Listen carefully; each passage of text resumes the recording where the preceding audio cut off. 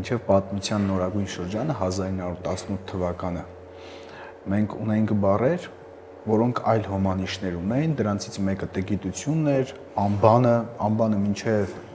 ինձ ծանոթ գրականության մեջ մինչև 19-րդ դարի վերջ անբանը լրիվ այլ իմաստ ուներ։ Անբանը նոր է սովետական գրականության մեջ արդեն անբանը հոմանիշ դառավ ալարկոտության հետ։ Անբան լրիվ այլ բան էր նշանակում։ Անբանը հոմանիշ էր տգետի հետ։ Ուրեմն Եղիշեն, մեր հայկական մտքի նախահայրերից Եղիշեն պատմաբան ասում էր բոլոր չարիքների արմատը տգիտությունն է, բայց Եղիշեի նշած տգիտությունը դա անիրազեկությունը, անտեղյակությունը եւ պարզամտությունը չէր։ Տգիտությունը Աստծո խոսքը չիմանալն էր։ Անբանությունը բանը, լոգոսը, Աստծո ուսմունքը չիմանալն էր։ Հիմա այս ամենը շատ մեծ երկիր մոլորակում տեղի ունեցող process-ի մի փոքրիկ մաս է, որը դրսևորվում է մեզ մոտ։ Հիմա պատմության նոր շրջանից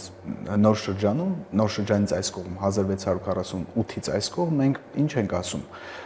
կամ պահպանողականներն ինչ են ասում արևմտամետություն կամ լիբերալիզմ, բոլոր ազգ-պետությունների, արժեհամակարգների, ավանդույթների թշնամին է, ճիշտ է, բայց այս լիբերալիզմը մի պարզ բառով մենք բովանդակում ենք որպես աստվածամերժություն։